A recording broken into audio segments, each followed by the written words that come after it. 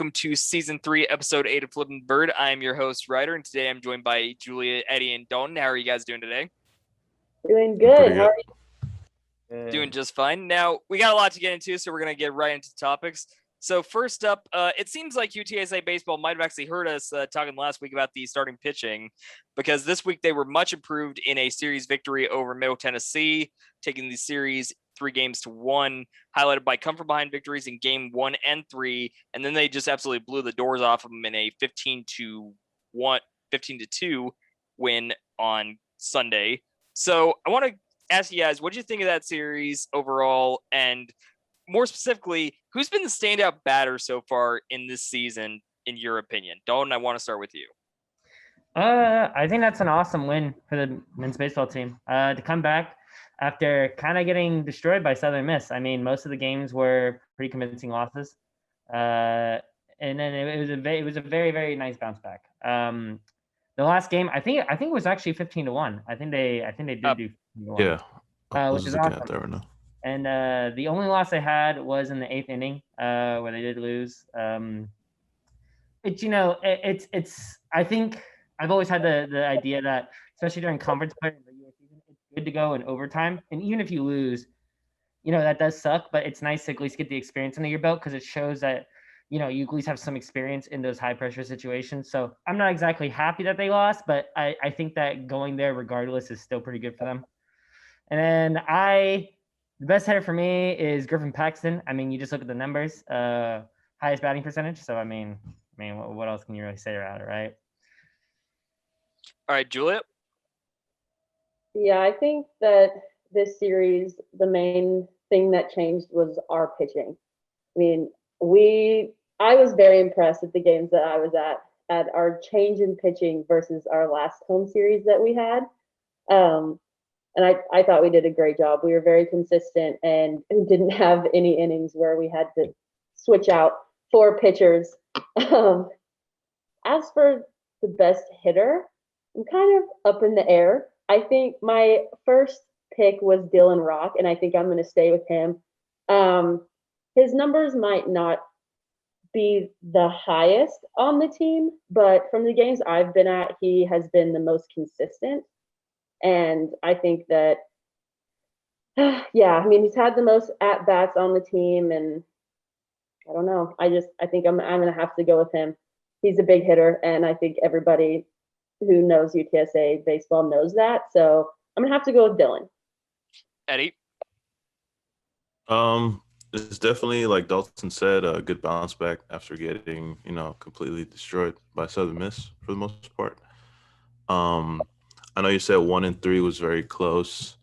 I know I was saying that game 1, they didn't score till about the bottom of the 6th, and then they went extra innings, correct, on the first game? No, they managed to close it out in regulation. Close it out, okay. Well, I would have liked to see, like the sweep, but I think the last game was a pretty good, dominating fashion to cover the weekend. So I think that's pretty good for men's baseball team right now. Yeah. And who would you say is probably the best hitter on the team right now? The best hitter on the team. Who did y'all say? Dalton with Paxton. Julia went Rock. Yeah, I think I probably have to go with Paxton. My boy. For right now, but both aren't bad. Yeah, I think overall this series really, really good. Like as a bounce back, I mean, we struggled heavily against Southern Mississippi, and I think what I've really been impressed with so far with this team is anytime we go off of a really bad stretch, like earlier in the season with Baylor and LSU and TCU, and then again with Southern Mississippi, we have a really good tendency to come back the next series and play really well and kind of fix most of the issues that plagued us the prior series. So I still feel we're a little inconsistent with our pitching in that we have more guys coming in to start in different situations. I mean, last series we had guys like Chomko, Easterling, Pepper Jones, guys that don't really start consistently for us, but they came out and they were absolutely critical. I mean, they were giving us at least 5+ innings of 1 run, maybe 2-run ball. That is imperative for this team to win. Because, I mean, sometimes our offense does maybe have a day or two where we're not as good, but we eventually do score. We have not been shut out this season as far as I'm aware. So, like, so far, really good. And then as for the best hitter, I mean, like, this is why I wanted to ask this question, is because we have so many good hitters. I mean, we got 4 guys right now batting at least 300 of, like, I would say qualified at bats. I mean, if you wanted to extend it out to Chase King with 45 at bats, he's hitting 333. But like, if I had to pick like who I think is the best hitter on this team right now, I'm gonna go with Nick Thornquist out of there. I mean, he's tied for the team lead in home runs. He leads the team in RBIs, and he's just been really clutch. Like anytime we need a really we need a hit, he's been able to deliver for us. So that's why I think he's my guy. And I mean, it doesn't also hurt that, he's second in the team in slugging percentage and batting average. So I would go with Thornquist on that. Yeah. And he covers the spread for sure. And everything you need out of a hitter, he does. So I agree. Yeah. And you mentioned a pitching writer. What did you think on the last game of the pitching? I mean, it was solid. I mean, we didn't exactly need too much. I mean, when you score 14 runs between the third and fourth innings, I mean, that's got you pretty much covered there. So, I mean, we didn't need a Herculean effort, but I mean, Pepper Jones, he looked good out there. So, I mean, shoot, if you have to, if you can get, starting pitching from anywhere in your rotation, maybe the best idea is to just kind of play the matchup. If say you've got a good team you're going up against that's a good fastball hitting team, maybe throw out a reliever for a starter, that doesn't, just rely on the fastball, that has good movement on his pitches. So maybe instead of trying to rely on the idea of, okay, we need 3 firm starting pitchers every single series, we need those guys to establish themselves. Maybe the better idea is just take it a series by series approach and go, okay, what is this team good against and how do we counter that? Might be the way to go for this team. Mm-hmm. Reese Easterling pitched very well at the games that I was at, and I was very impressed by him. And what would you say impressed you the most about what he was doing on the mound? Just his consistency. I mean, seeing the last home series, it was ridiculous. And I am not a self-proclaimed absolute baseball buff, but even I knew that things were going wrong. When you have to substitute 4 different pitchers in one inning when we have 2 outs and we just keep walking people, that's a problem. And his consistency was the main thing that really surprised me. Mainly because I didn't think that he was somebody at the top of our pitching lineup that would be out there doing something like that. But I was impressed. All right, so now we're going to move on to a drastic turnaround on the women's side of things with UTSA softball. Came out and swept Southern Mississippi. And, as, people have been following us so far this season, we really haven't been looking anywhere close to a team that could go out and sweep a conference opponent. So I wanted to ask Eddie, starting off with you, what led to their success this weekend and how did that really, impact us, heading forward with conference play? Well, it was definitely, I mean, I covered it. It's first time covering softball, and I think it was crazy how, we went 4 in a row. Definitely a change that we needed. I would have to say, I believe the pitching was good, better than average. I believe that's kind of, what did it. Their highest scoring was 2. It was closer. I know Riley Grunberg was doing very good. I don't know if it was her who homered, but there's 2 home runs, I believe, that I think really sealed the nail in the coffin. And I think that was pretty much what was I think our pitching and then our consistent hitting to bring runners in, I think was the main reason that, we went 4-0. Julia? Yeah, I agree. This season, I think that we've struggled with consistent batting. We've had a lot of games and a lot of innings where we haven't gotten on base once. So I think just based on scoring, you can see that our batting consistency has gotten better and we're improving. And I think that's probably going to be the most crucial aspect to the rest of the season, because I think our pitching staff is pretty well stacked, and we have a good infield, and we field the ball well, but it's been our batting that's really been killing us this whole season. So yeah, I think consistency in batting is really what's going to propel us forward. Don? I mean, I've been following UTSA softball for a while now, and I remember the first game I ever covered of them was last year. It was pretty early into the season before conference play. It was during one of their tournaments, and I remember the only way we ever scored was home runs. I don't think saw them hit like a single or like a double or anything. And at first, I was like, "Oh my god, we're so good!" But then you kind of realize you can't really win this way. This is not how a team wins. And I think last week we even had a game where we literally only scored through home runs, which is just like, I mean, that's not, you don't play the game that way. It's Like, not sustainable. Like Yeah, it's no. nice when it happens, but you can't count Yeah. on that every single game. And so I really liked seeing this week that I think there was a total of 2 home runs. I know in the first game, Boring had a home run, and then I think Grunberg had one later on. I think there might have been 3. I don't remember if Ko had one as well, but I know I really like to see when they're playing a lot more base oriented and a lot more just trying to get the runner one base closer and closer and closer instead of always going for the home run plays. And I think that in this series we definitely saw a change in the way that they were hitting comparative to the previous series. And I mean, this is super exciting for us because this is early on in conference play. And I mean, Southern Miss was 20-18, so they've had more or less double the games that we have to figure this out. And the fact that we're able to beat them in a pretty convincing fashion, is very impressive. And the second game was really the only one that was close. And I think that that's just because we're trying out a new style and it's kind of hard. But I mean, I'm really happy that we closed out the series. Sweeping them is awesome, and I'm super excited to see what the rest they can do with the rest of conference play.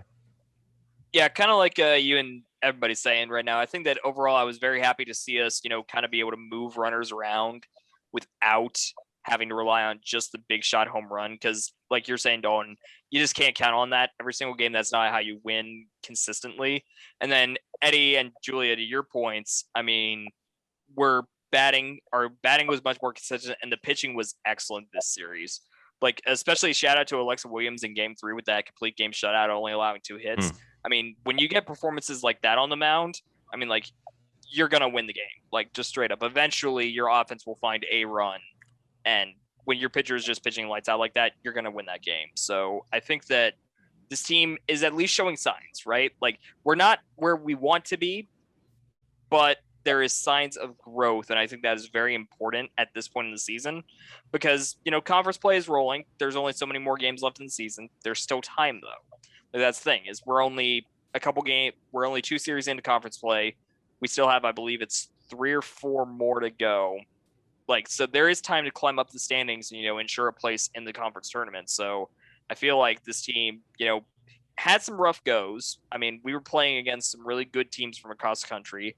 I mean, especially during the, I believe it was the Bevo Classic. I mean, we were going up against some absolute, I mean, we went up against Texas, right? Like, it's going to be kind of hard to beat Texas in softball. So I think that this team, got off to a rough start, but I like the direction we're heading. So I think that's very important. I love the pitching. I think that hitting, as long as our hitting's consistent, I think we can win games. That's going to be the key. Yeah, I think the last game was like the more consistent before Grunberg hit that 3-run home run score at the end, and then Dalton, like you said, I think is it Boring in the first game? Yeah. So definitely a lot of home runs, but I think there was a little bit of good hitting before it. I agree. Now, moving over to the Lynx, men's golf, of course, was back in action again. A nationally ranked UTSA men's golf team at the Aggie Invitational. And unfortunately, it didn't really go as we probably would have wanted to see out of them. Really stacked field. They had 8 nationally ranked teams there competing out of 17.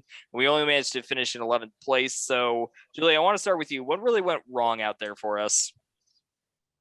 I mean, just looking at the the scoreboard, we had one top 50 finish, and I think that's really what killed us. And it was 34th place. So, oh wait, maybe that's right. Okay.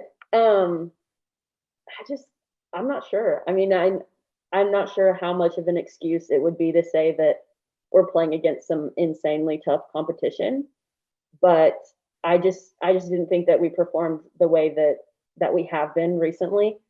And I mean, you can't place well if your team isn't competing at the level that they have been.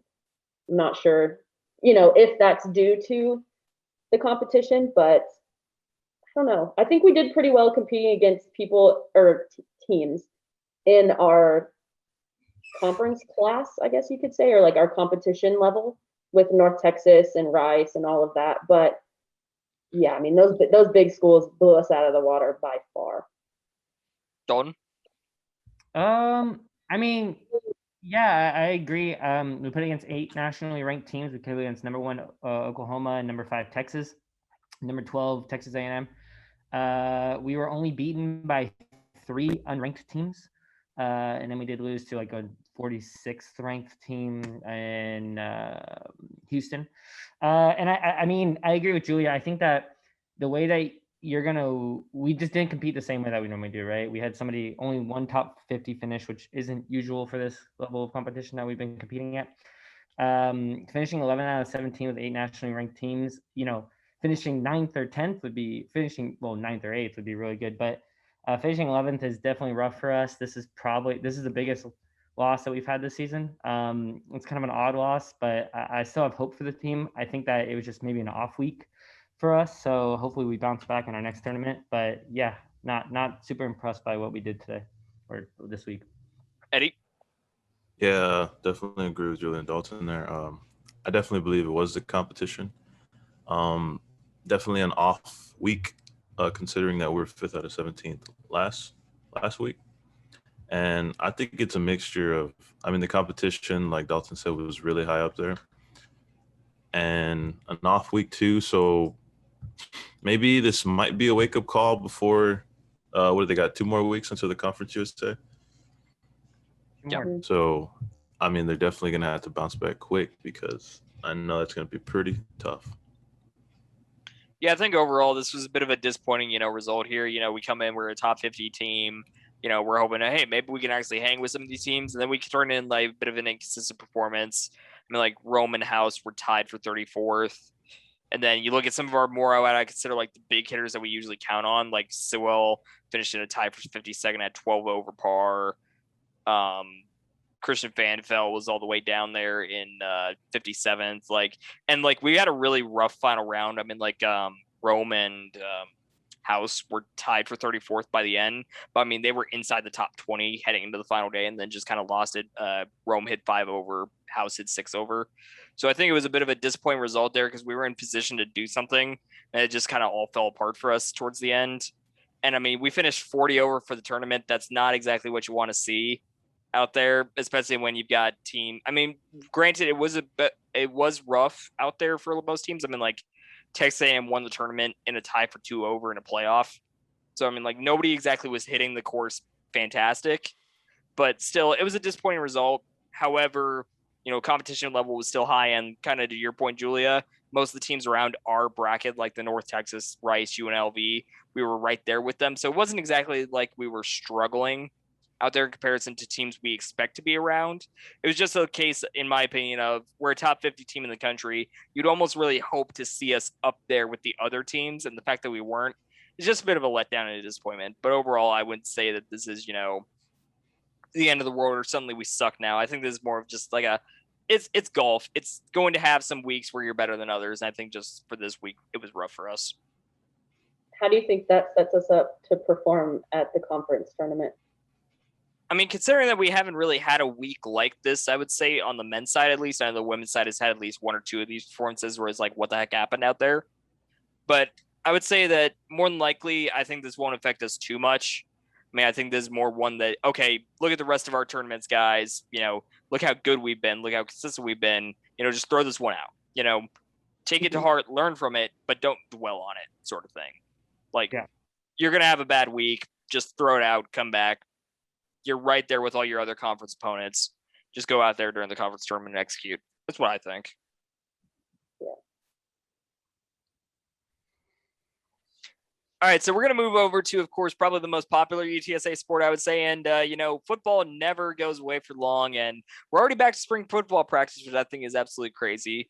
And, Julia, I want to start with SEU. What are you thinking about the team out there? Because I know you've gotten the chance to go out and take some photos at a couple of the practices.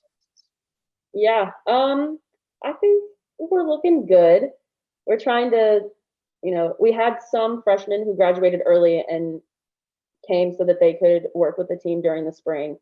I haven't seen a whole lot. We kind of have a short media window, but I will say that we've got Frank Harris and Josh Adkins and JoJo working at the QB position. Lowell Narcisse suited up for one practice, and now he's just in regular clothes. I'm pretty sure that Coach Traylor had said that he wouldn't be back for spring ball and that the fall would probably be his time to come back, which is going to be very interesting when he does come back. That's kind of the main thing that I've been observing while I was there, is kind of where we are with the quarterbacks, because I feel like that's always a big controversial topic that nobody can really agree on. I mean, Frank looks good. They've kind of got the pecking order of Frank, Josh, and JoJo. But I mean, you never know when Lowell comes back. He kind of is the shockwave every season, where you really never know what's going to happen. But I think if we can stay healthy, we should be sitting pretty. Sincere looks good right now. I haven't seen, they switched their numbers because Coach Traylor's thing is 0 through 9, I guess, are you earn that number. So the roster starts at 10 with Lowell. So that I'm kind of I had to figure out who everybody was again, because they switched up their numbers and I wasn't used to that. But I think for the most part, we're looking good for now, I think. Dylan, we'll what's see. this? Spring game comes. You never know. Dylan, what's the sense you're getting from the program now with the spring game coming up?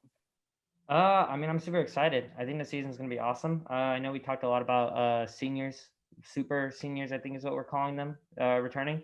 I know you were mentioning this the last time I were talking about this, that, we're not sure what other schools are going to be bringing back their, quote, super seniors. So, but I'm excited. I'm really looking forward to it. I think Traylor has done a great job in kind of pushing this program into the right direction. I think that this year, coming out of the gates, I think we should be a lot stronger. I think we should. I mean, obviously, I would love to have a positive season and then win a bowl game, go to one kind of deal. So I'm really looking forward to it. I think that we're going to be able to learn a lot from what we see at the spring game. But I don't know. I'm just really hopeful. I think this is the first time I've had a lot of I've been really excited for what's going to happen, because I think last season with what they did and the way they turned it all around, I was kind of a little hesitant, but now I'm full blown. I'm ready. I'm ready to go. I'm excited. And AE, how about you? Yeah, I definitely agree. I mean, I know it's too early. Other than me seeing on Twitter the updates and what they've been doing, I know full pad started on April 6th, so things are starting to turn up pretty quick. Like Dalton said, I'm pretty excited for the super seniors to return. I just think that experience, and just that knowledge, that veteran knowledge that you have now is just, I think that's going to do a lot. Especially with BJ Daniels getting behind Sincere McCormick, and we know Hunter Duplessis is coming back. I mean, I think just like Dalton said, this is the most exciting I think we were going to be for a UTSA football team. Definitely going to show a lot in the spring game. I think they should come out strong and definitely just go off of the momentum they had last year. And yeah, Traylor has definitely been doing good. I'm excited. And Taiki Ogo-Kellogg has been getting lots of reps in, and from what I've seen, so maybe he'll make a permanent spot for himself on the lineup this next season. And do you see him playing more on the outside, or do you think he would move more into an inside slot receiver role? I don't know. I think where he is now, he was performing well. It's kind of hard to tell because they only let us see a couple drills throughout practice, so it's kind of hard to gauge where he is progressing wise. But I think the role that he was in last season was perfect for him. I just think that he needed to get his act together a little bit and kind of cement his spot, because I think there were issues at the beginning of the season. But I think if he can get it together and he can really prove it, that he's got it, then I think he'll be on the field a lot more. Yeah, I know myself personally, I would love to see him on the outside. He's just got that kind of physical like play style that I think plays well outside the numbers. And I could see, us moving Sheldon Jones more to an inside slot receiver role so that we could have Cephas on the other side. And I think that's probably the best configuration I could see for a 3 wide receiver set for this team. Right. Now, moving on to UTSA soccer, we closed out our season, of course, on Friday. Unfortunately, we did fall to North Texas. So I want to ask you guys, starting with Eddie, what happened with this team and how do you think it impacts our expectations for next season? Okay, well, first of all, I think the canceled game against Texas State was, again, I think we said it hurt the team because, it just throws the rhythm off. But they did beat UTEP Miners 2-1, and then just completely finishing the season in a disappointing fashion, 0-3 to North Texas, and then obviously 3-7 and 1-5 in conference. I don't think it's well. I guess I'll change that. It might be a little panic. I don't know if it's depending on the players or coaching staff, or maybe it was the whole COVID early canceled games against St. Mary's and Texas A&M International. But other than that, there's a lot of postponements. There's a lot of cancels. I just think this team never got a chance to just finally engage all together and say, you know what, we have something here and let's go forward with it, because I feel like the whole postponements and cancels just kind of messed up their momentum, like I said in the beginning. And that's what I think was the most. I don't think it's time to panic. It might be, maybe not. But again, I think they need a full season together, and then maybe we can finally test this team to see what they really are next year. And Dalton, this is a relatively young team, but we do have a couple of seniors in Terry Greason and Ellis Patterson that were really big parts of what we did. So if we do end up losing them for next season, where do you think this team ends up slotting in, considering how rough of the season we just had? I think that there's a lot to be accounted for. I'm not they obviously played a huge presence on the field, and it's super important to know. It's really reassuring to be able to look to your side and to see somebody who you to make sure that you're doing the right thing. For you to kind of get the nod of, yeah, you're in the right place. I think that losing them is going to be rough for the team. I think that especially coming off a season where they actually never really figured out their identity or what they wanted to play like. I mean, between the cancellation games and just never being able to play a consistent schedule, they never actually learned what kind of team they want to play, what kind of team they want to play like.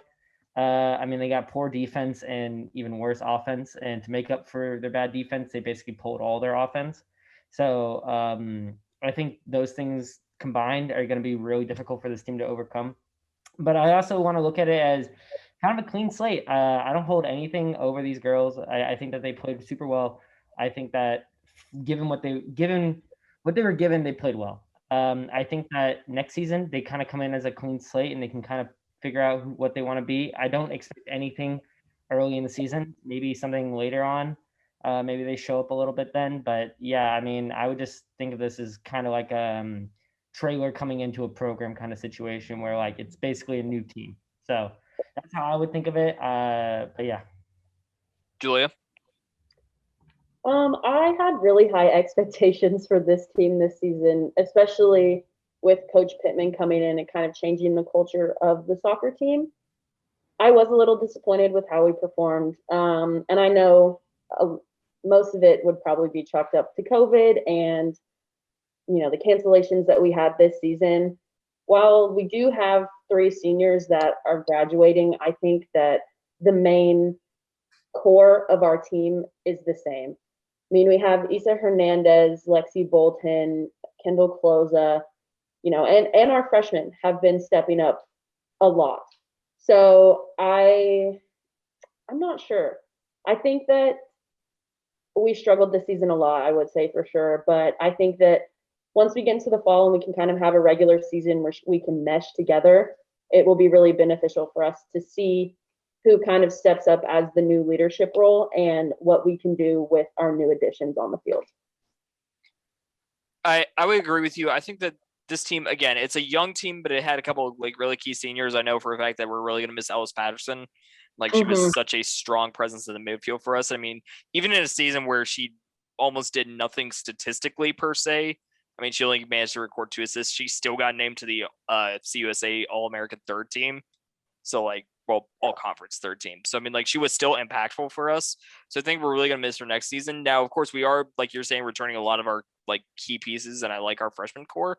So I'm not gonna hold this season kind of like Dalton saying against them. It was rough. There were a couple different extraneous factors that definitely hurt us. And I look at this team of like, okay, so we had struggles, but now we have a chance to grow. We have a chance to come back next season when hopefully, knock on wood, COVID isn't as big a factor. We are seeing games canceled and postponed left and right. So I think that this team, I'm not gonna like say, oh, the sky is falling on them. Like there's still time. We're losing a couple key pieces, yes, but there's still a lot of talent on this team to be used. Especially shout out to Abby Casal, of course, the CUSA Academic First Team honors. That's always really big. So that's really cool. Yeah. And Jill Schneider too. I mean, she's kind of the soul of our defense, I would say. So I mean, she's only a sophomore, so we've got some good years left to come. All right, so men's tennis, of course, prevailed in a tight match this weekend against UT Arlington, but then they came back against a nationally ranked Oregon team and got swept. Of course, they're winners of 7 of 10 heading into the conference tournament. Dylan, I want to start with you. Now that we've reached kind of like the finish line here, how are you feeling about our chances in the conference tournament? I mean, I got us locked in to win. I'm excited. I think that they're super good. I think that the men's tennis team has been playing super well. Obviously, their win against UT Arlington is not the most convincing win, I would say. It kind of came down to winning the doubles, which I mean they did. But it's also not often is Recro going to lose. So, counting that in the singles category is kind of weird. I said I practiced it, but I totally am forgetting his name. I'm sorry. Seolin. Seolin, this was his 9th recorded win in a row, which is awesome. And I'm very excited for this team. I mean, the way that they beat UT Arlington is not the best way. And this is probably one of the closest games that they played, especially against a non-nationally ranked team. And then when you look at the way that they played against Oregon, I mean, it's true that we just can't beat nationally ranked opponents. Every time we play one, we just lose. But this was definitely a little bit declined on morale, I would say. I think that the team plays well, but I think that we can't beat opponents on that level yet. But I think come tournament time, well, I mean, it is tournament time. I think that we're going to win. I'm super excited for them. I think that they're strong. Their doubles have been performing really well. And I think that would be the only thing to worry about is their doubles play. And Julia, you got a chance to go out and take some photos there during those matches against UT Arlington. How did the team look out there to you? I thought they looked good. I'm on the same boat as Dalton. I think that if we don't win, it would be surprising.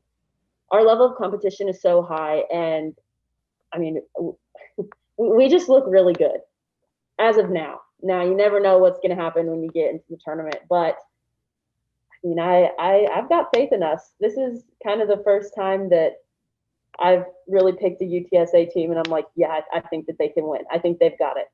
So we'll see what happens, but I'm very optimistic as of now. Eddie?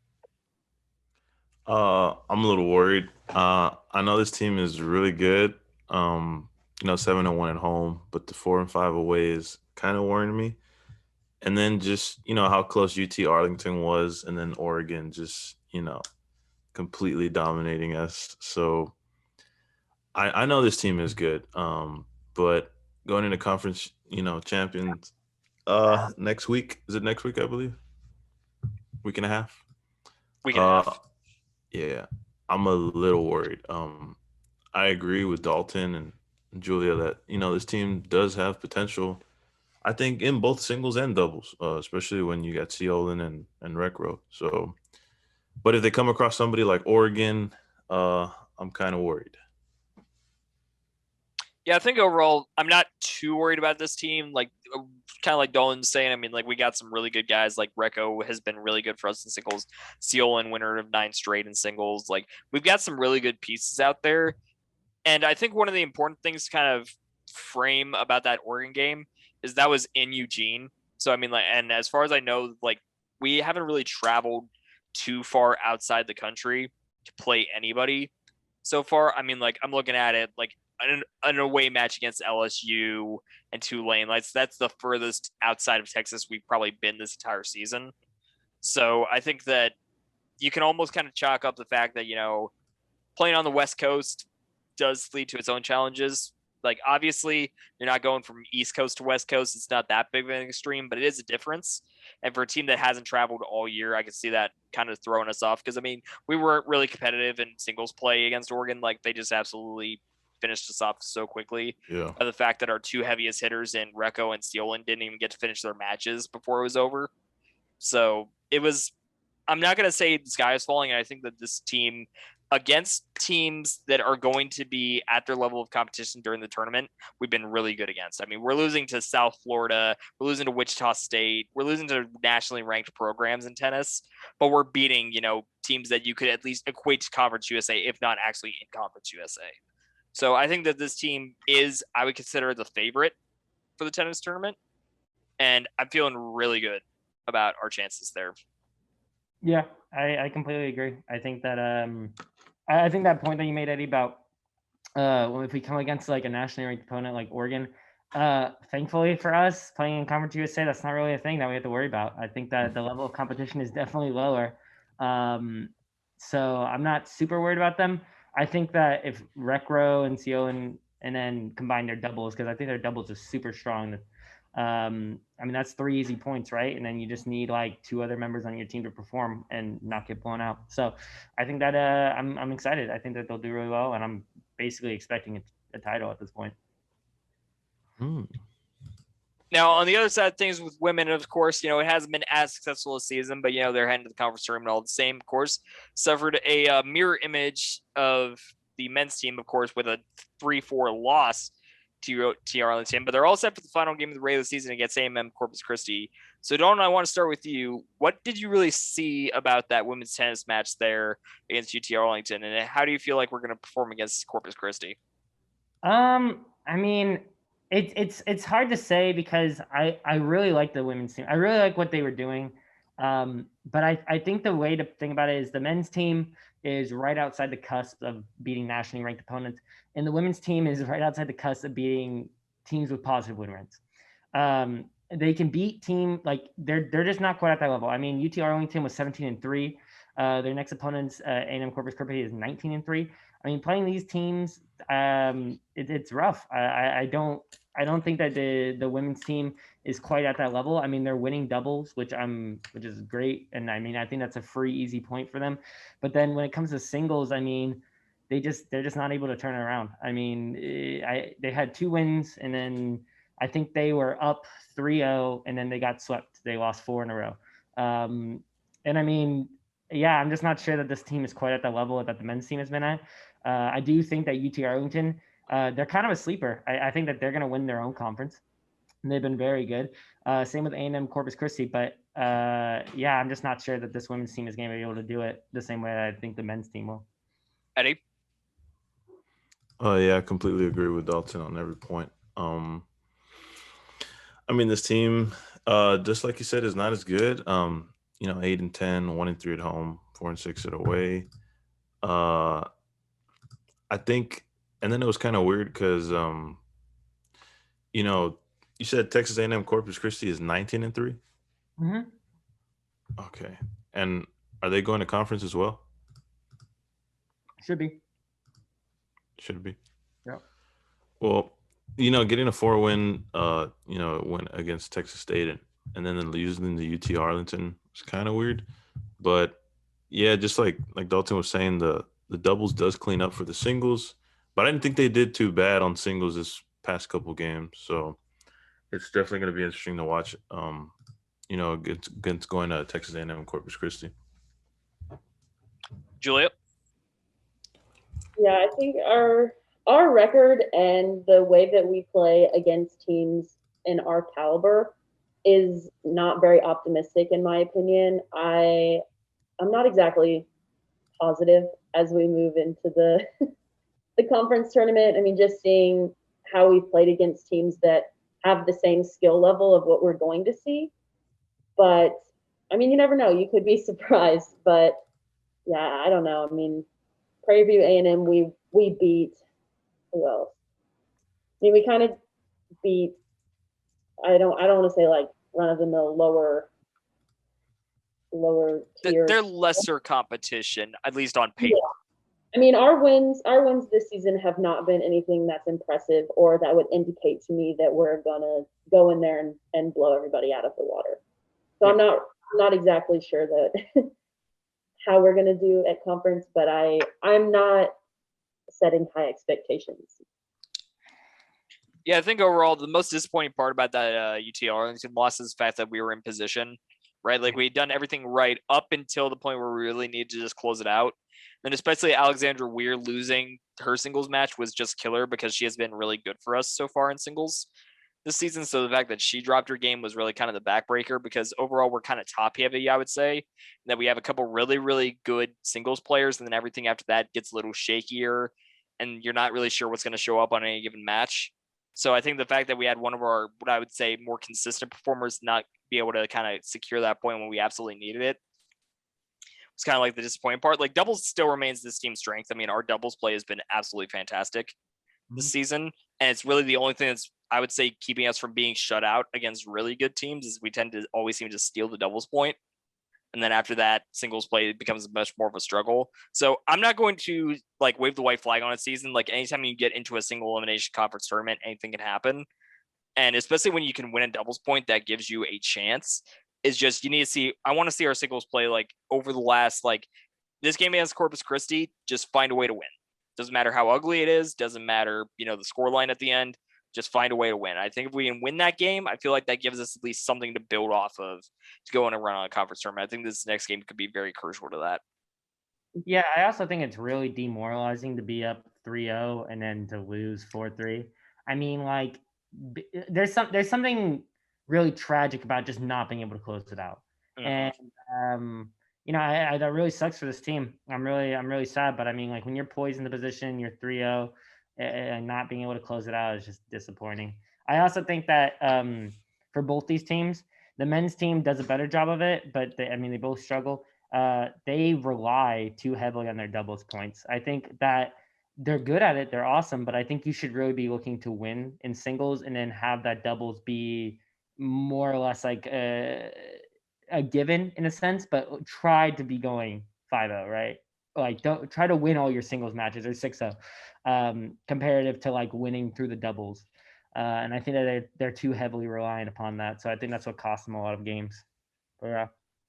And Dylan, you bring up a pretty good point about the demoralization of being that close to them losing it. So I want to ask you guys, starting with you, Julia, what do you think is worse? Do you think being just swept is worse, or do you think blowing a 3-0 lead in a reverse sweep is worse for a team's morale? I think blowing a lead. Because if you get swept, you kind of already have the pessimistic attitude where you're like, okay, well, like we're getting swept, so there's no kind of like you lose hope a little bit. But if you're right there for pretty much the whole match and then you kind of drop the ball at the end, yeah, that that would be more of a kick in the gut to me than anything else. Eddie? Yeah, I agree. When you mentioned that, it just reminded me of like, blowing a 3-1 lead. And I'm like, that's just like the same thing. It's just so like demoralizing. It destroys you like mentally. And I completely agree. Like I would not want to give up a win. Like that is the worst thing ever. Don?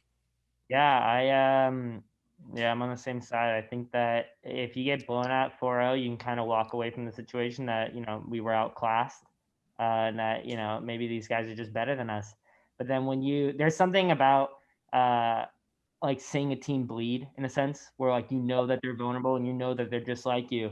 And then to be able to lose that when that you can win, that's really like that's the extra kill. And I always think of this, which is like, this is such a stupid reference, but in Cars 3, there's a scene with Francesco, the race car, and he says like, to truly defeat your opponents, you got to build them up, then you knock them down. And that's basically what happened to the UTSA team this week. So, yeah. Fair, I love it. A Cars 3 reference has made it onto Flipping the Bird. Like, I gotta agree with you guys. I think that just being able to be so close and then just having your heart torn out is way worse than, just not even being in it to begin with. I think that is just like, you can at least, like Dolan saying, you can walk away from it if you get swept, right? Like, it was clear they were just the better team versus, I mean, you go up 3-0 on somebody and you have it. I mean, like, you are in complete control and then it just gets away from you and spirals. And I think that is just such a worse feeling overall. Mm-hmm. Yeah, it's horrible. Yep. Now, moving on to a team that actually had a little more success, of course, track and field, of course, is set to host their second home invitational of the year this coming weekend. And we actually put together a pretty good performance at last week's Aggie Invitational. So, Dalton, I want to start with you. Who was a main standout there for the track team? I know that our long jumpers, had that 1-2 finish, of course. Yeah. And Faith Robertson had another really good performance out there. But who really stood out to you? I was actually gonna highlight Faith Robertson. I think that's overall, like, this season just been awesome, and I've been super excited to watch her.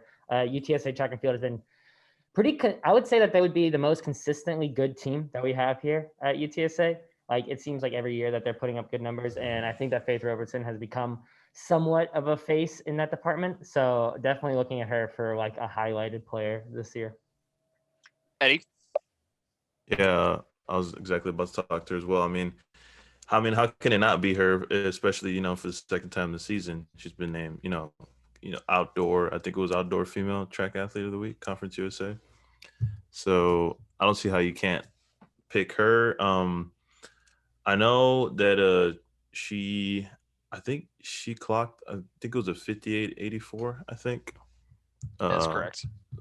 Yeah, so I mean, I don't see how it's not her. And I think it was her first victory event this year. I believe so. Yeah, so I mean, how can it not be her, especially with getting the victory and then being, named again track athlete of the week? Julia?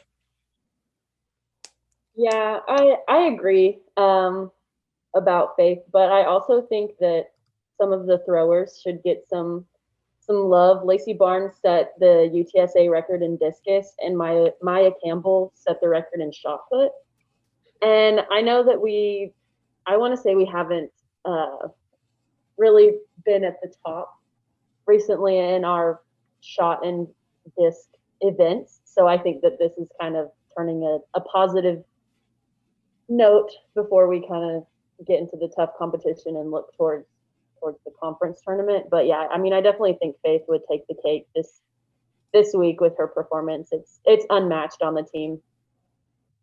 Yeah, I definitely want to give a shout out to Marilis Remmel out there. Just came out in her UTSA debut and, just broke the school record in the javelin, which I believe Sigrid Cleve actually did last month too. So we got a couple of really good, like, freshman javelin throwers. So, like, I think that she deserves a special shout out there. Of course, she took the win in the event. I mean, which I almost hope you would do. I mean, like, if you're going to break a school record, you almost really want to, win the gold with it. Otherwise, it just kind of feels like a little sour, I would say. So really big shout out to her there. But I think overall this team, kind of like to your point, Dawn, is probably one of our more consistent programs overall. So I think that this, was a pretty good performance for us. And I'm really looking forward to seeing that home meet on the weekend. I think that's going to be really good for us. Now we're going to move over to the professional sports side of things. And unfortunately, it appears that the NBA playoff race may have gotten a little less interesting, of course. Jamal Murray, star guard for the Denver Nuggets, and of course, one of the emerging young faces of the NBA, I would say, went down with a torn ACL in the last 50 seconds of a game last week against Golden State. So, Eddie, I want to start with you. How do you think this affects the Western playoff race, and especially the Nuggets out there? It's definitely huge, especially with well, Eddie sorts out his technical difficulties. Dawn, we're going to go to you.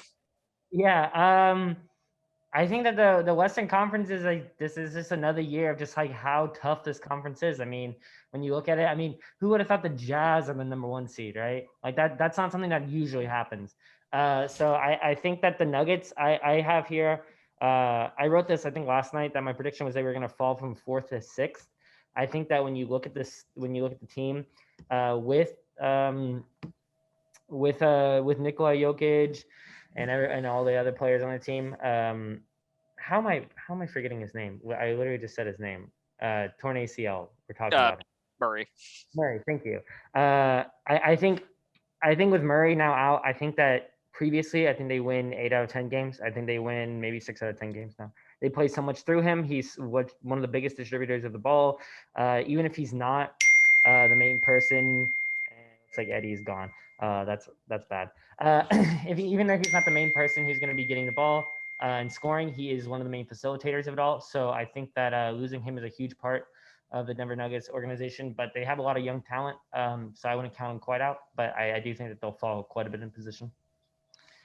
Yeah, I think that overall, whenever you look at like seasons that are like at least shortened / adversely affected in some regard, like you see teams make it to like the finals that usually win. Like I can remember the Knicks during that lockout shortened season back in '95 with Patrick Ewing. I mean, as an 8 seed making the finals, everything, like you see some weird like situations arise from seasons like these, and I think that this season was almost following that script. To your point, I mean, we're talking about the Jazz being the number 1 seed and what I would probably consider the favorite if the Lakers like don't get healthy in time and kind of get back, and especially with the way the Jazz play at home.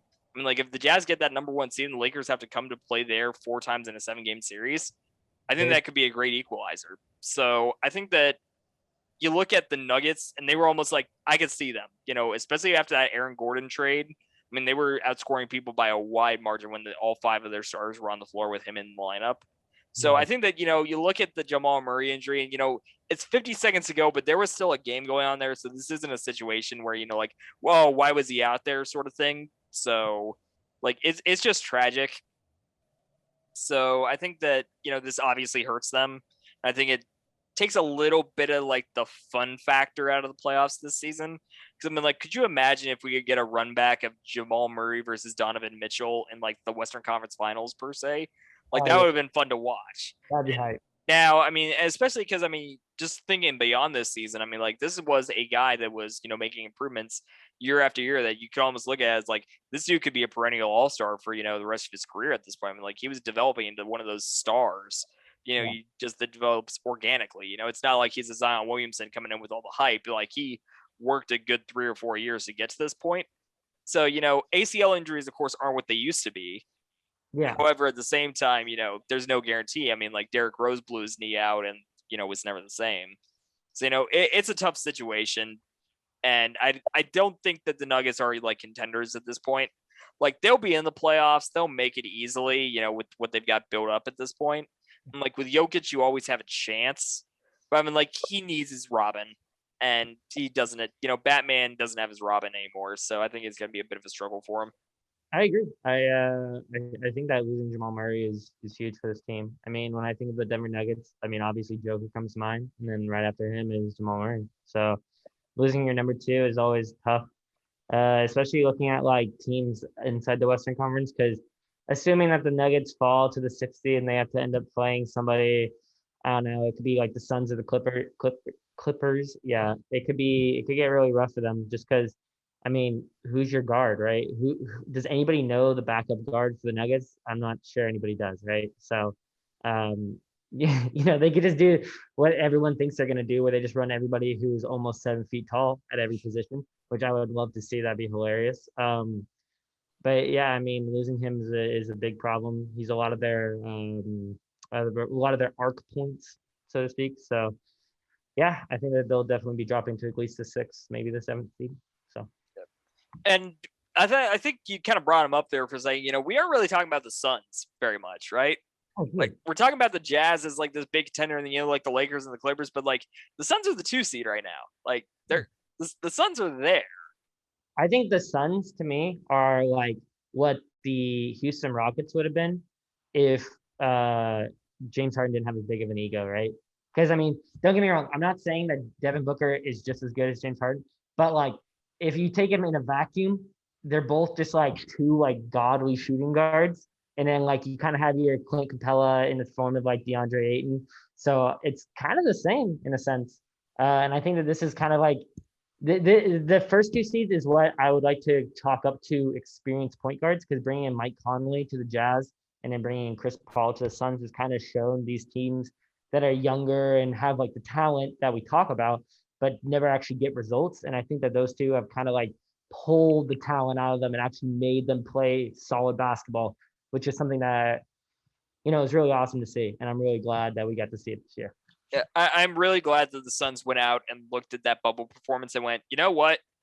We need a veteran point guard. That is what we're missing here. Like, let's not, just throw this up to bubble craziness and, we're just going to keep staying the course. Like, no, we proved during that bubble season that we had kind of figured something out. So let's go out there and let's get a Chris Paul, right? Let's get that strong veteran presence to come in and really just like pull this team together. And I mean, I'm glad that it's paying off for him because I mean, like, I can remember growing up on like the Steve Nash, Mike D'Antoni Suns, right? And like those were fun teams to watch, and it feels like we're finally looking at a Suns team that's fun to watch again. Yeah.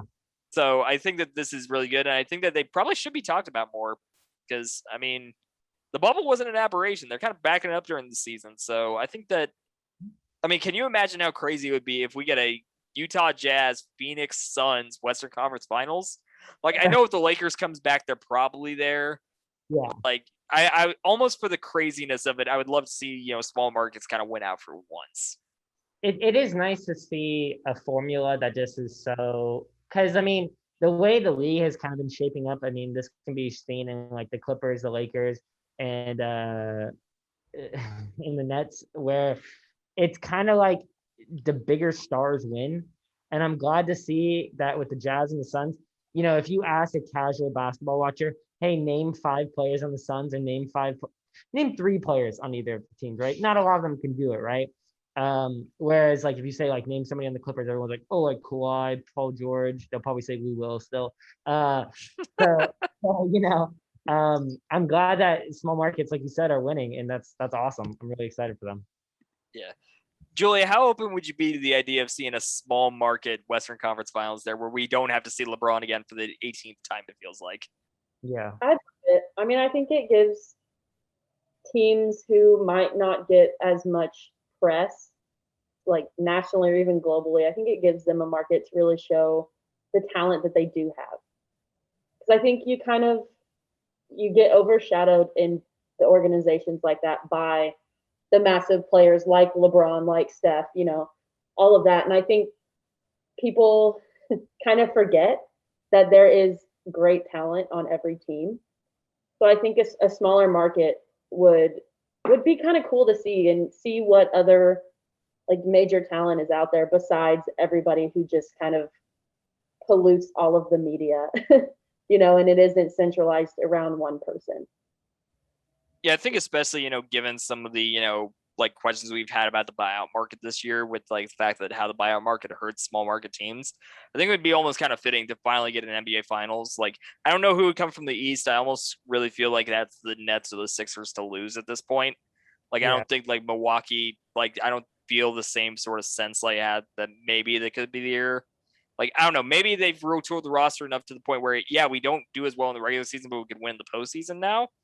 But like, I just feel like if we can get, it would be good for the league to see a small market team come in. I mean, like that was kind of San Antonio for like the last 15 years. And then once Timmy and Tony and Manu retired and everything, Kawhi decided he didn't want to be the next guy there and everything. We haven't seen another small market team really be a consistent contender. So I think if we can get somebody like Utah, like Phoenix out there to be in the finals and not have that established Kawhi Leonard or LeBron James, I think that'd be absolutely fantastic for the league. Mm-hmm. It just gives exposure to talent and athletes that, aren't on the teams that get the most press. I think that's cool. Yep. Absolutely agree. So now we're going to move over to the NFL, and unfortunately, the NFL has suffered a great loss. Of course, we have lost another under 6 foot wide receiver, that's white that plays the slot. It is one of Tom Brady's favorite people, of course. Julian Edelman announced his retirement, of course. So, Dylan, I wanted to get your immediate reaction to seeing that. It's sad, but I understand, I guess, because I mean the Patriots aren't the Patriots anymore to me.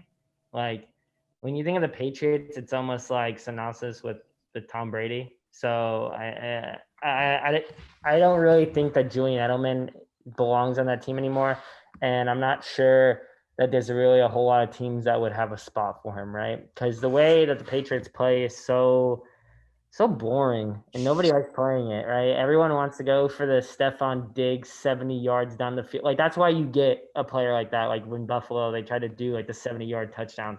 And Julian Edelman's all about 5 yards, 3 yards, 2 yards. It's part why I don't play the Patriots in Madden. I hate their playbook. It's so boring to run. It is super boring. So, I mean, I'm very sad to see him go. But I think it's for the best thing in his career. It's kind of like one of those things, I was almost going to say it's almost like a Chris Paul kind of situation where, like, you go to another team, but you're kind of old already. So people aren't really sure what you're going to do. Whereas a lot of people are just like, you should have retired, man. But, maybe they make something out of their career. But a lot of times it ends up you just get tossed around from team to team, and you were once great and now are like a bench player in a sense. So I'm happy that I'm sad to see him go, but I think it's the best decision for him. Yeah. Yeah, I think overall, it's always a sad day when you lose somebody that you've been watching play for a while, right? Like it's, you kind of, I wouldn't even say I grew up on the guy. I mean, I was already very much established as a football fan by the time that he finally showed up. So it's kind of weird to see a guy that came into the league when you were like fully aware of it already gone.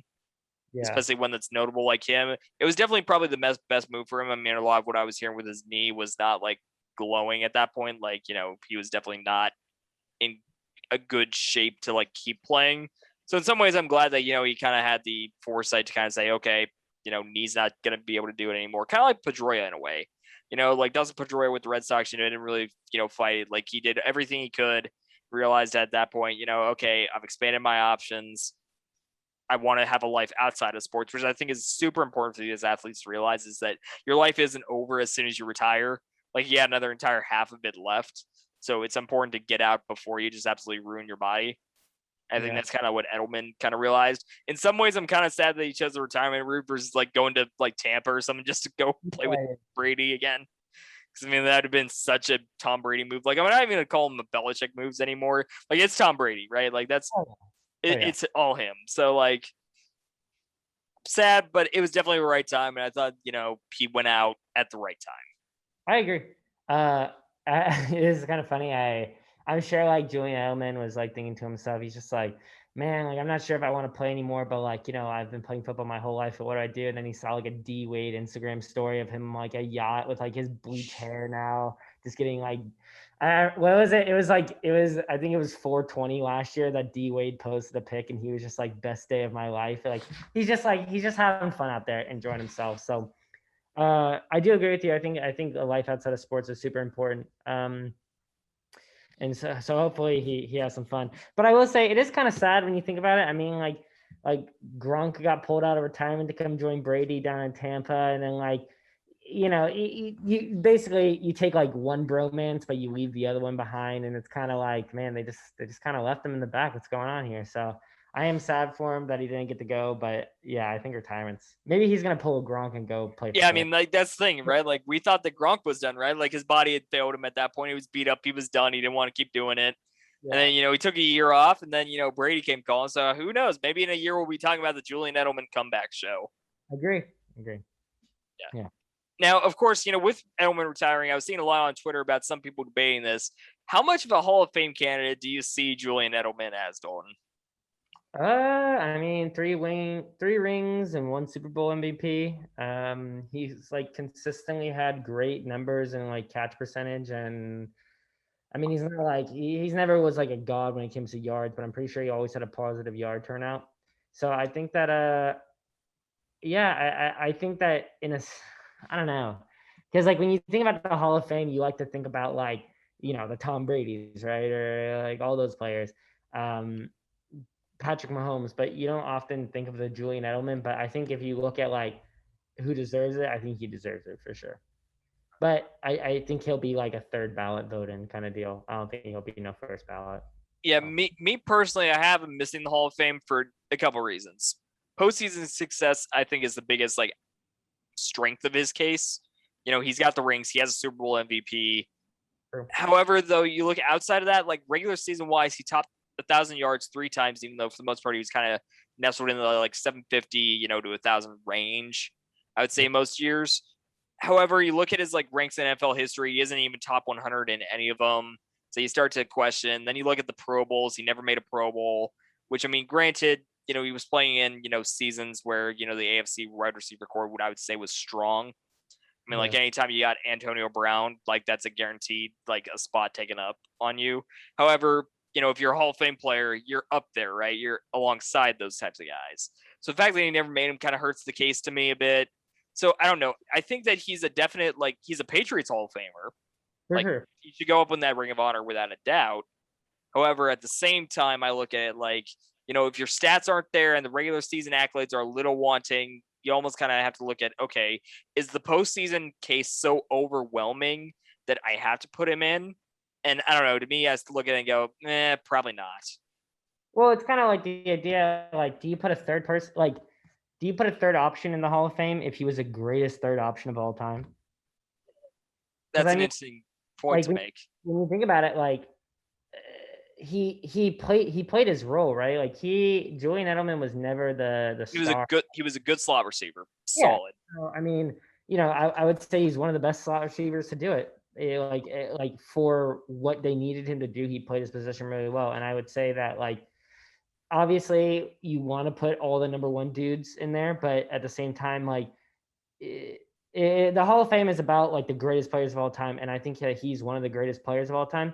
Do I think he's one of the greatest? Do I think he's not marketable, right? Like, he's not the guy that you look at and been like, oh my God, this guy, like, look at his highlight reel of 3 yards. It's insane. Now, granted, he does have that ridiculous catch against the Falcons.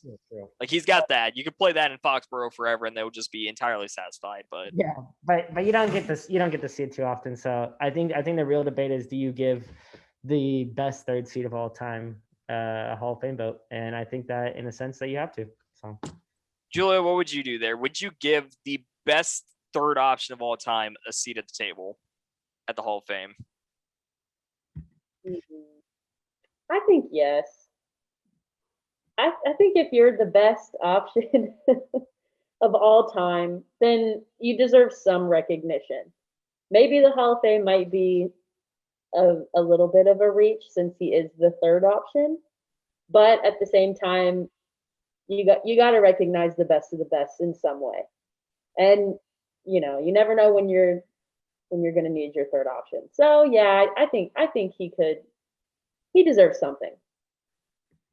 See, that's a really interesting position you bring up, Dolan, because I didn't really ever, consider that question of, okay, if you're the best sidekick of all time, does that put you in sort of situation? Like, that's an interesting point of view to take. I think one other thing that kind of solidifies it for me that, he probably shouldn't be in yet is there are also a lot of really good wide receivers that still aren't in. Like, I mean, like, Reggie Wayne deserves to be in. Torrey Holt should probably be in. I'm still going to go out there and say Sterling Sharp should probably be in if we're going to let Calvin Johnson in on the first ballot. Like, yeah, his career was cut short due to injury, but I mean, like, you still give him some love. I mean, if we're going to say Megatron gets in, not just in, but on the first ballot, like, Sterling Sharp had some really good numbers, like, for the length of a career he had. So I would put those guys in and then maybe start considering cases like Edelman's. Now, Wes Welker, by the way, I think should absolutely get in over Edelman. I think that Wes Welker is the greatest slot receiver of his generation. So yeah, I think by no means am I in a rush to put him in, but I think that there is a place for him. I do kind of wish that there was almost the greatest almost Hall of Fame kind of deal. It's like, like, you want to put him in there, but he's not quite there. Scene where it's the Hall of good enough. Yeah, like the Hall of, like, above average kind of deal, right? Like you did good, but I'm not gonna say that you're, like, insane or anything. But I do think that there is a place for him in there, but I think there's a lot of players who need to be put in before he goes in. So let's just say hypothetically with this Hall of good enough, what color are the jackets? Is it like a silver since, like, it's not quite the Hall of Fame or anything? Or, like, what are the busts made out of? Like, it's like a casual, like plaid t-shirt. Okay. It's nothing crazy. It's just like real, like, standard. And then you just get, like, a nice, like, it's a nice form-fitting t-shirt with a little, like, good job, you did it. So, yeah. All right. Of course, now we're going to move on to our last topic of the day. And we had a signing in free agency that I almost feel like if this had been like 5 years ago, kind of would have been earth-shattering. and now it just kind of quietly slips in. Jadeveon Clowney is on the move, signing a 1-year deal with the Cleveland Browns. So, Dolan, I wanted to ask you, of course, about your reaction to the signing. What do you think this does with the Browns' chances at being a Super Bowl contender? I think that the Browns. I remember with the year that they got Baker, everyone was like, they're gonna do it, they're gonna make it. Like this is the year for them to turn around. And they kind of fell flat, and then people stopped talking about them. But they actually had a really good year, and they were very impressive. I'm not sure if Jadeveon Clowney is the move to win it all, but when I look at these names, like it's definitely scary. Like Myles Garrett, Sheldon Richardson, Malik Jackson, and Jadeveon Clowney. I still think Jadeveon Clowney, after spending that year on the Seahawks, I think he's good. I paid attention to a lot of what he did, but I don't think that he's the player that he used to be. And for a player that was once like a ring chaser in a sense, where he was trying to move himself to like a team that was like a contender, to kind of go to the Browns, I'm not sure this is really your move here. Do I think that there will be plays that I like? Do I think that he'll get to the quarterback more? Do I think the Browns will get to the quarterback more often now? Yes. Do I think that it's because Jadeveon Clowney? Not necessarily, but I think that he definitely plays a part in a sense, but I'm not sure that he's like game changing. So, yeah. Yeah, I think that overall this move is kind of like, it's a nice move. It'll help them. I think it will especially help Myles Garrett. Yeah. Plus, I think that having a complementary partner on the other side that can at least be a threat some days is going to really help him out, because I feel like Garrett was starting to kind of get that superstar, like outside defensive end rusher kind of treatment. And I think it was starting to see his production kind of slow down a little. So I'm hoping with Clowney, they can take the pressure off him just a tiny bit. It's not going to alleviate it entirely, but just enough to give them a couple more opportunities where they're not seeing, triple teams or double teams every single play. Yeah. Now, I think with Clowney, again, it's like if this had been made 5 years ago, I think this would be a much bigger deal. But I think that his time in Seattle was good, not great. And then Tennessee was an absolute, non-factor. I mean, like, you hardly ever heard of him, and he blew his knee and everything. So I think that it kind of shows, right? It's a 1-year deal. And I mean, coming out of Seattle, he was, asking for $20 million a year, kind of asking for that Aaron Donald, Khalil Mack money, right? Yeah. So you can kind of look at it as like a man, he really went downhill really quickly. But I mean, it's a good system. Cleveland has potential. They're not Chicago. I mean, Chicago, no, they've got a long way to go. They're not a Buffalo or a Kansas City in that conference, but I think they're probably the third best team out there. I mean, like, I know that the Ravens exist, but I don't know. The Ravens just still seem to have these issues that they just can't quite get past, and that won't change until they get them a receiver, which they seem allergic to doing. So, yeah, like, I don't know. I think that this is a move that, at least if you're going to go to a team for a bounce back, Kansas City, not bad. I mean, Kansas City, Cleveland. Cleveland is not bad. Like, that's a move that I can see working out for him. And like you're saying, the defensive line is scary. Yeah. Like, they have pieces. So it could be good. We could see the resurgence of Jadeveon Clowney. Who knows? Yeah, I'm definitely looking forward to it. I think that it was worth the move for Cleveland. And I mean, I think I think he'll play better than a lot of people expect, because he's kind of playing for something now, whereas he's playing to kind of like reinstate his name as like in the conversation. So yeah, I think it's a good move. I'm not sure how much results they'll get out of it, but I'm excited to see. I think it just makes them even a little scarier, right? Just a tad bit. Just a tiny bit, right? Just a little something extra for the quarterback to think about. I mean, sometimes that's all that you need. Like they have the star power on both sides of the ball, so hopefully they produce something, but we'll see. And real quick, speaking about Cleveland, do you think that Odell Beckham Jr. is going to be on the move? I mean, he's been trying to bounce, right? So I mean, I wouldn't be surprised if he moves, but I think that you see, I always had like a problem with Odell Beckham Jr. where like, I think instead of like being in the studio with Drake, you should be like taking your offensive lineman out to dinner kind of deal. Because like, I mean, they're the reason you're going to win the game. So I'm not really sure. I've never like, I mean, I've always liked Odell, and I mean, like, I think he's a great player. sometimes I think that he's kind of in like James Harden in a way where it's like, his brand only really works when he's winning, right? Like when he's going off, like everyone's like, oh my God, Odell's so insane. But like, he's never gonna be a player like a Cole Beasley or anything where you're just there to like put in results and just like get the work done. Whereas I think he much better fits on a team that's like playoff contender, because that's where he like I feel like he'll do his best. And I think the Browns are slowly getting there, but I just don't know if he'll be able to stay for a while. But the problem with my thought on it is I don't know where he would really go. I know a bunch of teams probably want him, but I don't know like what they would be willing to give him, willing to give the Browns. So That's fair. Yeah. And real quick before we wrap things up, Julia, I wanted to actually get your reaction real quickly on something. UTSA cheer, of course, was the NCAA Collegiate National Champions. So I wanted to get your reaction to that real quickly. I love that. I love the cheer squad. I know that historically we have been very good, and I'm not 100% sure on what like division or how exactly they split it up at nationals, but I mean historically we have been great, and I love to see it. I think cheer is so underrated at UTSA. They do not get enough love. I was so excited when I saw that, and I'm very happy that they're up there. I mean, they're one of our championship teams, so watch out for UTSA cheer right there.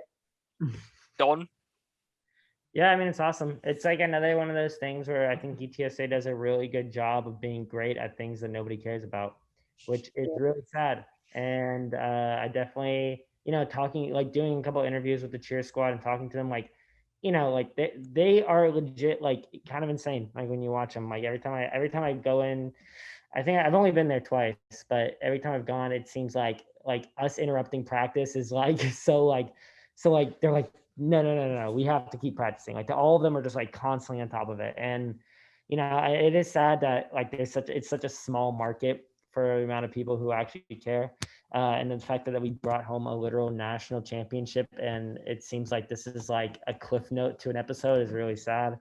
But I mean, yeah, I'm really happy for them. I'm glad that they're producing results regardless of the fan base they get. And I think that if you consistently keep doing this, I think that you'll grow more as a popular sport here. So I'm excited for them. Yeah, I think kind of like you're saying, it is a bit of a travesty that it is kind of almost kind of coming as an afterthought for a lot of people. Because I mean, like we brought home a national championship, right? Like UTSA with the Natty, like that, like. If this were like football or something, I mean, like San Antonio would be on fire probably, right? But I mean, because it's cheer, it's like almost nobody cares. But I think it's really cool for the university. I think that, we do have a really, I mean, obviously, since we know the national championship, we're really talented. But like watching them, like any competitions they're at, I mean, like we have a really good cheer team. So I'm really glad to see us, go out there in these competitions, like perform well. Because like, even if it is only a small section of the fan base that cares, at least they care, right? It's still bringing eyes to the university and athletics program. So I think it's really cool. I think that not a lot of people understand what really goes into cheerleading. I mean, you can watch the Netflix documentary and that kind of gives a glimpse of what these athletes really go through. And that's like, this is a hill I'm willing to die on. Cheerleading is a sport, and I don't care what anybody else says. I mean, you can't deny the athleticism and the skill that it takes for them to really win something like that. And it's crazy that when you watch the documentaries, and Navarro is obviously one of the top programs in the country, but they're also competing at the junior college level. The fact that we are able to bring in, a university level national championship, looking at what you saw on the cheer documentary, I mean, it's insane. The athleticism that our team has to win something at that caliber is absolutely ridiculous. And I love it. That's like one of my favorite athletic avenues, I guess you could say. But yeah, it's amazing. Underrated 100%. Absolutely. All right, so that is all the time we have for this week. Thank you all so much for tuning in and watching and giving us a listen. And we will see you all next week. Have a good one.